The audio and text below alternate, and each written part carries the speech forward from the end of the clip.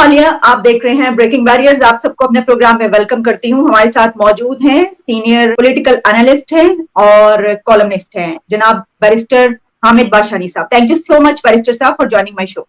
آپ کا شکریہ جی، تھینک یو. بیرسٹر صاحب، آج جن دو ٹاپکس پہ میں نے آپ سے بات کرنی ہے وہ بڑے اہم ٹاپکس ہیں اور آج کل یہی چل رہے ہیں پاکستان میں. خیر ٹاپکس چل تو بہت کچھ رہا، آپ جانتے ہیں پاکستان میں تو جب تک ہمارے ملک میں رونق نہ لگی رہے جھگڑوں کی، ڈسپیوٹس کی، اور خان صاحب جب سیاست کرتے ہیں. سوال میرا دو ہوں گے آپ سے. ایک جو سب سے پہلے ہم آغاز کرتے ہیں، ویسے تو آج کیونکہ فورن فنڈنگ کا معاملہ سٹارٹ ہو رہا ہے تو اس پہ میں نے آپ سے بڑے کچھ ایسے نکات ہیں جو آپ ہی بہتر بتا سکتے ہیں کہ کیا عمران خان اگر یہ پوائنٹس اٹھاتے ہیں تو کیا ہوگا. لیکن اس سے پہلے میں آپ سے ایک آئیڈیالوجیکل ڈیبیٹ اگر کہہ لیں اس کو، کہ ایک ایسی ڈیبیٹ چل رہی ہے پاکستان میں جس میں کیونکہ جب موجودہ وزیر اعظم شہباز شریف نے ایک بات یہ کہی تھی، انہوں نے کہا کہ بیگرز آر ناٹ چوزرز، تو اس کو عمران خان نے اس کو بہت زیادہ برا منایا. اور اب اس کے اوپر ایک ایسی کیمپین چل رہی ہے جس میں کہا جا رہا ہے کہ کوئی قوم اگر یہ کہے تو یہ تو بڑی ہی ایک ذلت کی بات کہ اپنے لیے آپ یہ کہہ رہے ہیں کہ ہم بھکاری ہیں. تو اس کے اوپر پھر سوشل میڈیا پہ ان کی ٹیم بھکاریوں کی اور یہ سب کہہ رہی ہے، اور اپوزیشن کو جو ان کے سپورٹر نہیں ہیں ان کو بھی بھکاری کہا جا رہا ہے. کیا آپ سمجھتے ہیں کہ یہ غلط بات ہے اپنے آپ کو اتنا ڈیگریڈ کرنا، یا کوئی ایسی بہت بڑی اگر حقیقت ہے بھی تو اس کو بیان کرنا؟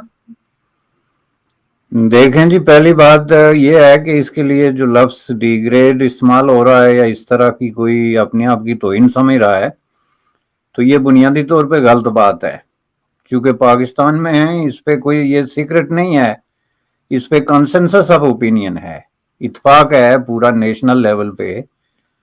کہ پاکستان جو ہے وہ معاشی طور پہ ایک انتہائی جو ہے وہ بدحالی کی سچویشن کا شکار ہے اور رہا ہے. اور پاکستان کے جتنے بھی افیئرز ہیں وہ بیرونی امداد پہ چلتے ہیں. یہ بات ہر الیکشن لڑنے والا اور الیکشن جیت کے آنے والا سب سے پہلے تسلیم کرتا ہے. اور خود عمران خان کے ویڈیو دیکھیں جس میں انہوں نے اس حوالے سے بہت بڑا زور دیا تھا کمپین کا کہ یہ ہم جو ہے آئی ایم ایف کے پاس نہیں جائیں گے، میں کسی کے دروازے پہ کشکول لے کے نہیں جاؤں گا، میں یہ نہیں کروں گا، میں خودکشی کر دوں گا لیکن یہ نہیں مانگوں گا. تو یہ اسی لیے کہہ رہے تھے نا کہ یہ مانگنا ایک بنیادی حقیقت ہے جو پاکستان کی جو رولنگ ایلیٹ ہے، ہوا وہ کوئی بھی ہو، اس کا کسی ایک حکمران سے تعلق نہیں. جب تک پالیسیاں یہی ہیں اس وقت تک سب کو اسی طریقے سے جو ہے وہ مانگنا پڑے گا. اب اگر اس حقیقت کا اعتراف جو ہے اس کو کوئی انسلٹ سمجھتا ہے تو اس کا مطلب یہ ہے کہ وہ ایک ببل میں رہتا ہے اور اس کا حقیقی دنیا سے کوئی تعلق نہیں. کہ آپ لوگوں سے قرضے بھی لیں، ان کے دروازوں پہ دستک دے کے ہر مشکل حالات میں ان سے مدد بھی مانگیں اور اس بات کو تسلیم بھی نہ کریں کہ اس سے آپ کا پرائیڈ جو ہے اس پہ کوئی زد پڑتی ہے. اگر پڑتی ہے، لیکن یہ میں ماننے کے لیے تیار نہیں. اگر اس سے پڑتی ہوتی تو پاکستان میں اب بہت پہلے جو ہے کشکول توڑ دیا جاتا، جس کے دعوے ہر حکمران نے کیے کہ ہم کشکول توڑ دیں گے، تو یہ نوبت ہی نہ آتی. لیکن آپ اس حقیقت سے انکار نہیں کر سکتے. میں آپ کو بتاؤں کہ پاکستان میں جو امداد لینے کا تصور ہے، اب یہ بات تھوڑی سی آگے چلی جائے گی لیکن کرنا ضروری ہے کہ یہ خود قائد اعظم محمد علی جناح نے اس کا انیشیٹو لیا تھا. اور یہ جو پالیسی ہے اس کا اعلان انہوں نے پاکستان بننے سے پہلے جو ہے وہ کر دیا تھا. 3 مہینے پہلے ان کا ایک انٹرویو ہوا تھا دلی میں ایک مغربی سفارتکار کے ساتھ، امریکی سفارتکار ہارے اس کا لاسٹ نیم تھا، اس کے ساتھ، جس میں انہوں نے ان سے سوال کیا ڈائریکٹلی کہ آپ کی پالیسیاں جو ہے وہ انٹرنیشنل جو فارن پالیسی کیا ہوگی پاکستان کی. تو انہوں نے جواب یہ دیا جی کہ ہماری جو بیسک الائنمنٹ ہے وہ اسلامی ریاستوں کے ساتھ ہوگی، لیکن چونکہ اسلامی ریاستیں جو ہیں وہ کمزور ہیں تو اس لیے ہمیں جو ہے وہ یونائٹڈ اسٹیٹ آف امریکہ کی فوجی اور مالی مدد کی ضرورت ہوگی. اب ریکارڈ اٹھا کے دیکھ لیں، آرکائیو میں موجود ہے، ضرورت ہوگی. یہ انہوں نے پاکستان بننے سے 3 مہینے پہلے مئی میں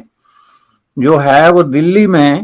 امریکی سفارتکار کو انٹرویو دیتے ہوئے کہا، جو امریکی آرکائیو میں اور برٹش آرکائیو میں جو ہے وہ موجود ہے اور اخبارات میں موجود ہے. جس کا مطلب یہ ہے کہ انہوں نے ایک باقاعدہ ایک روڈ میپ دے دیا. اور یہ کس بنیاد پہ دیا؟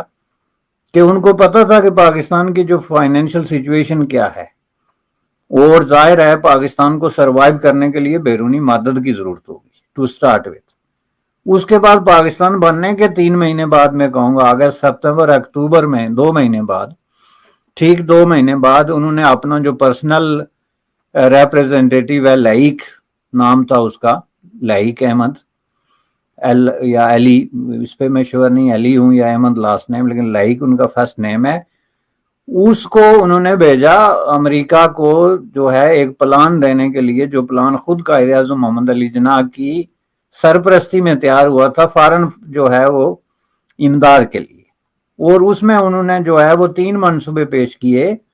جس میں ایک ایگریکلچر کے لیے تھا، ایک جو ہے وہ ملٹری امداد کے لیے تھا، اور ایک جو ڈیولپمنٹ کے حوالے سے جو انہوں نے ایک اس پلان میں ڈیٹیل دی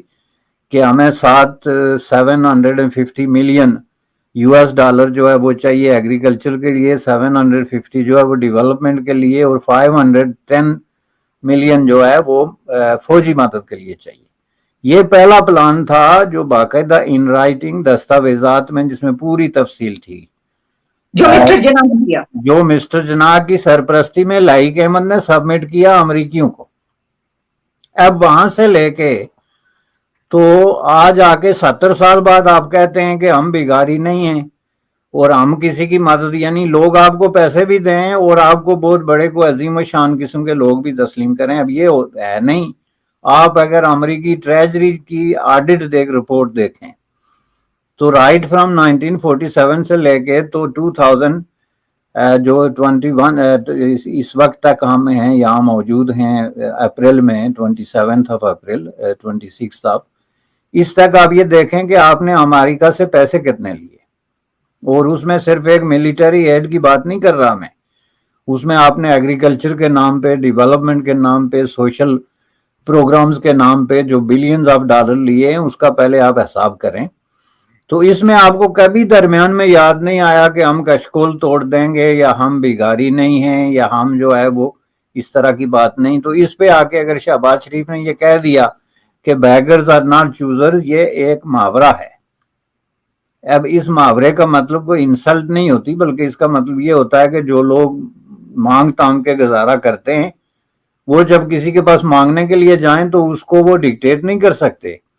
کہ جناب آپ ایک محاورہ تو ہے، لیکن کیا یہ ایک حقیقت بھی ہے اور آپ سمجھتے ہیں کہ اس حقیقت کو تسلیم کرنا چاہیے یا ڈینائل موڈ میں رہنا چاہیے؟ یہی میں کہہ رہا ہوں کہ اس کو تسلیم نہ کرنا ڈینائل موڈ ہے، چونکہ اس کا مطلب یہ ہے کہ آپ ہیں کچھ اور سمجھتے کچھ، اپنے آپ کو کچھ اور ہیں. یعنی آپ بھیک لیں گے بھی لیکن مانیں گے بھی نہیں کہ ہم بھکاری ہیں. تو اس بھیک کا پھر حل کیسے نکلے گا؟ تو اس کا حل تو یہ ہے نا کہ آپ سب سے پہلے یہ تسلیم کریں کہ وی آر ان ٹربل.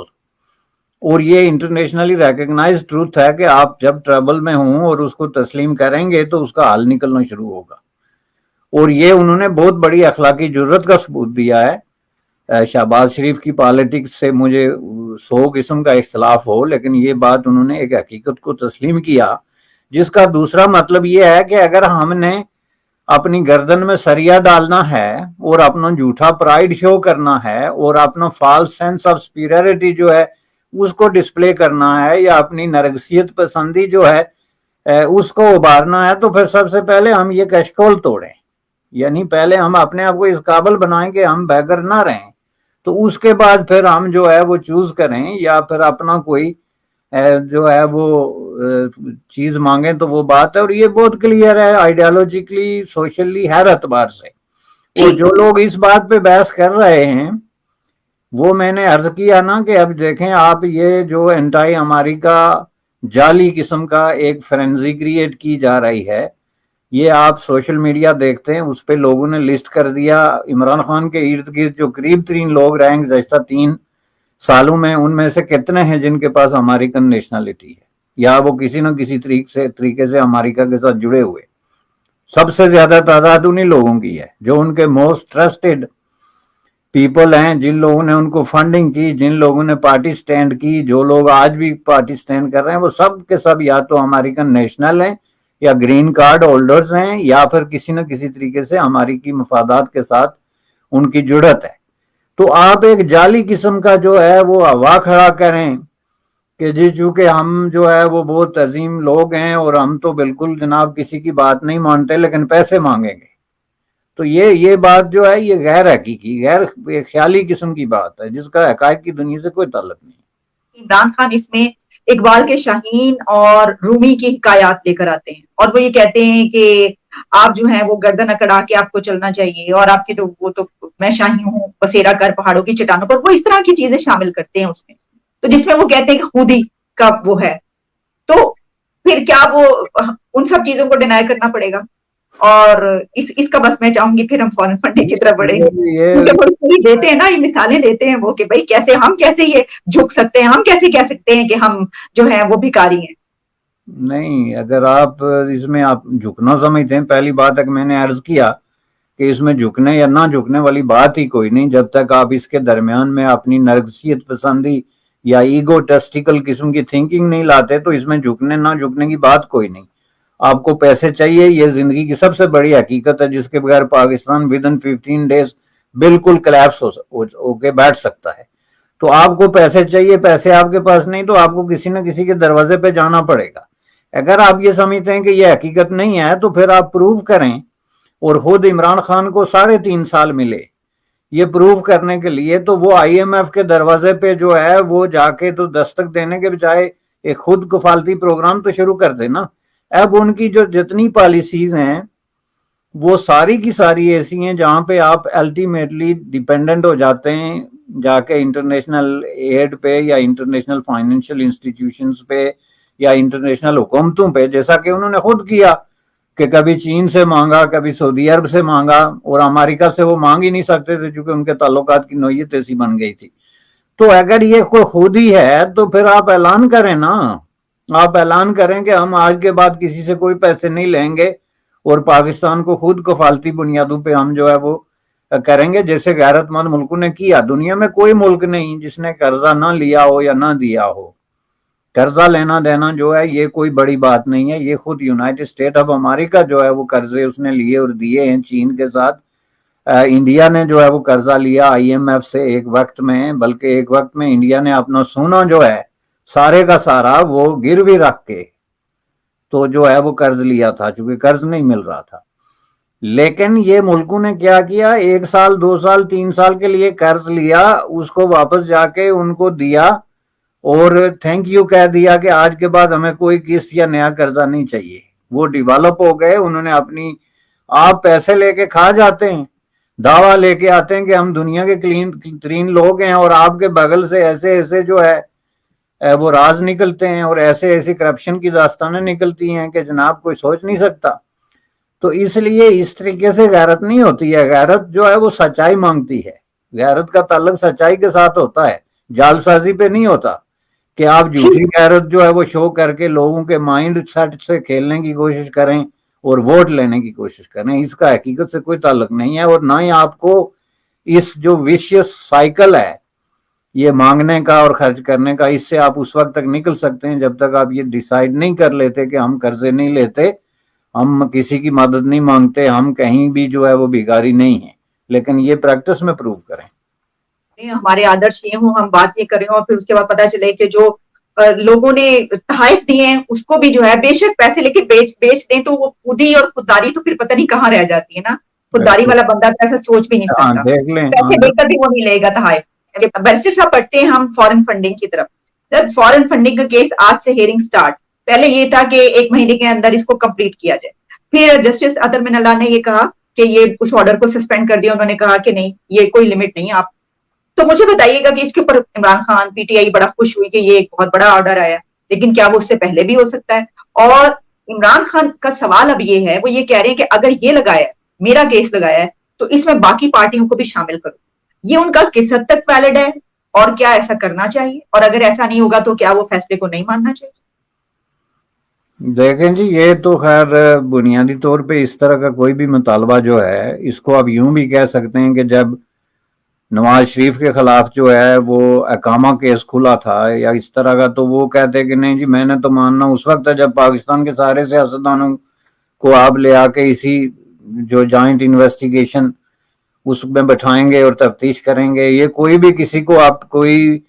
الزام لگتا ہے ایک آدمی پہ قتل کے چارجز ہیں تو وہ شرط رکھ لے کہ پہلے سب قاتلوں کو جو ہے وہ پھانسی دی جائے اور پھر مجھ سے بات کی جائے. یہ تو کوئی قانون، منطق، اخلاقیات کسی چیز میں کسی حساب سے آپ اس طرح کی شرط نہیں رکھ سکتے. آپ پہ ایک چارج ہے کہ آپ نے فارن فنڈنگ لی ہے اور اس میں امپراپر کوئی ایکٹیویٹی ہے یا امپراپر پروسیس ہے، تو آپ اگر سمجھتے ہیں کہ یہ غلط ہے تو آپ اپنی صفائی پیش کریں، اس کا جواب دیں،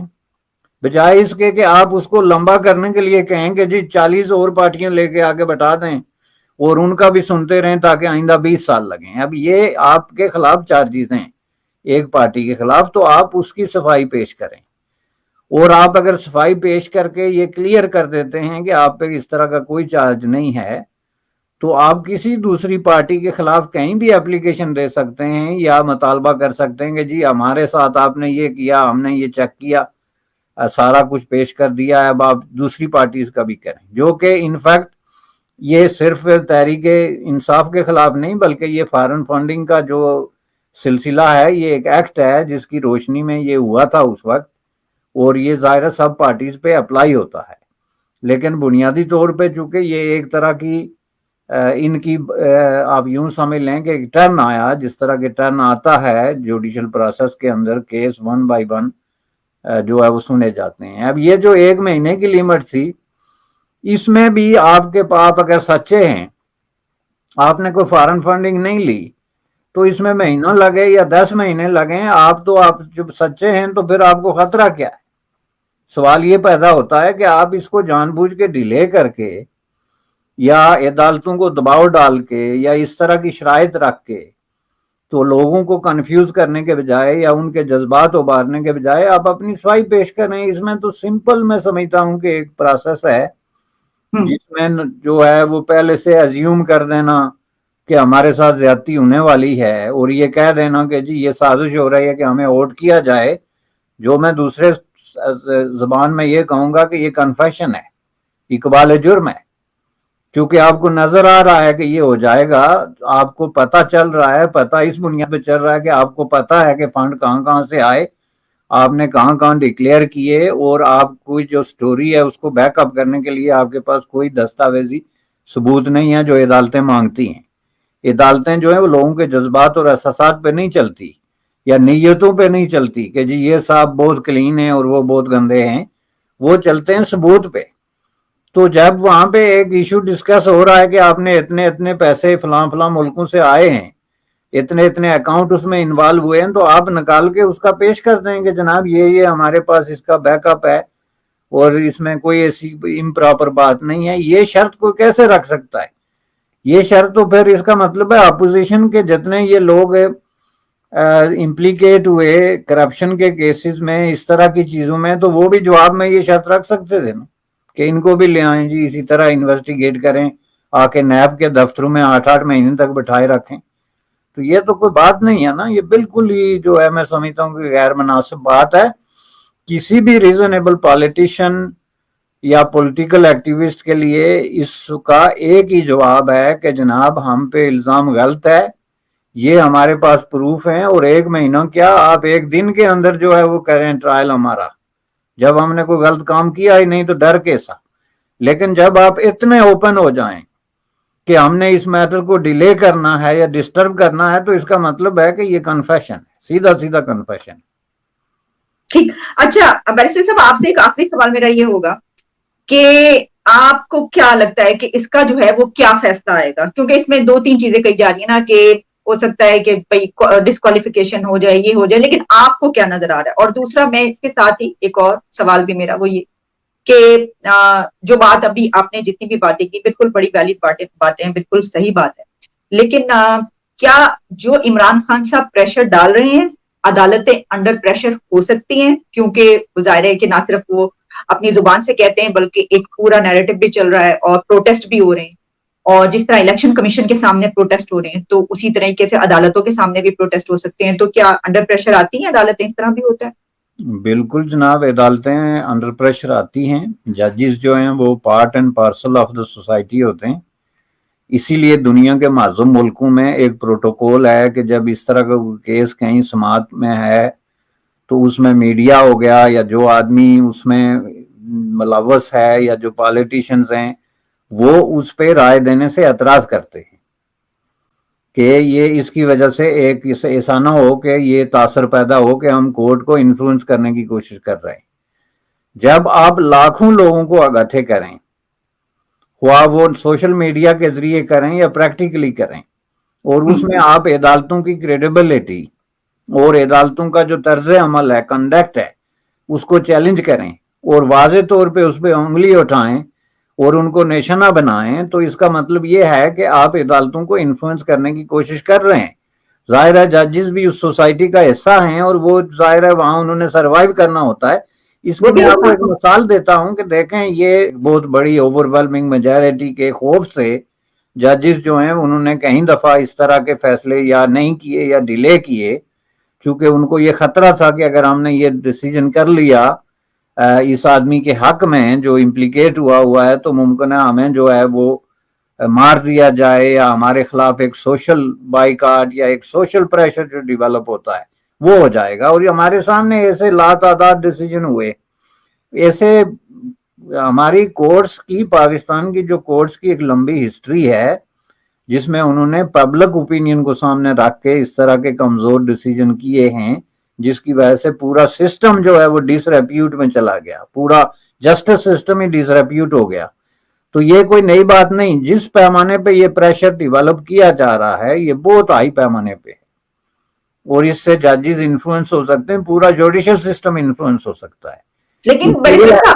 سوری ٹو انٹرپٹ, اگر آپ ابھی دیکھیں بالکل میں آپ کی اگری کر رہی ہوں, ہر بات سے اگری کر رہی ہوں, لیکن ابھی اگر آپ دیکھیں جو نو کانفیڈنس ووٹ پر سپریم کورٹ کا فیصلہ آیا ہے جس کی پوری دنیا میں تعریف کی جا رہی ہے سوائے پاکستان میں عمران خان ان کی پارٹی نہیں کر رہی, تو وہ اتنا بڑا جو اتنا اسٹرانگ ایک ڈیسیژن آیا اس کے بعد بھی آپ سمجھتے ہیں کہ پھر بھی ایسا ہو سکتا ہے اگر اتنا زیادہ پریشر ڈالا جائے تو؟ ہاں بالکل ہو سکتا ہے, چونکہ ہر جج یا ہر عدالت جو ہے نا وہ برابر نہیں ہوتی,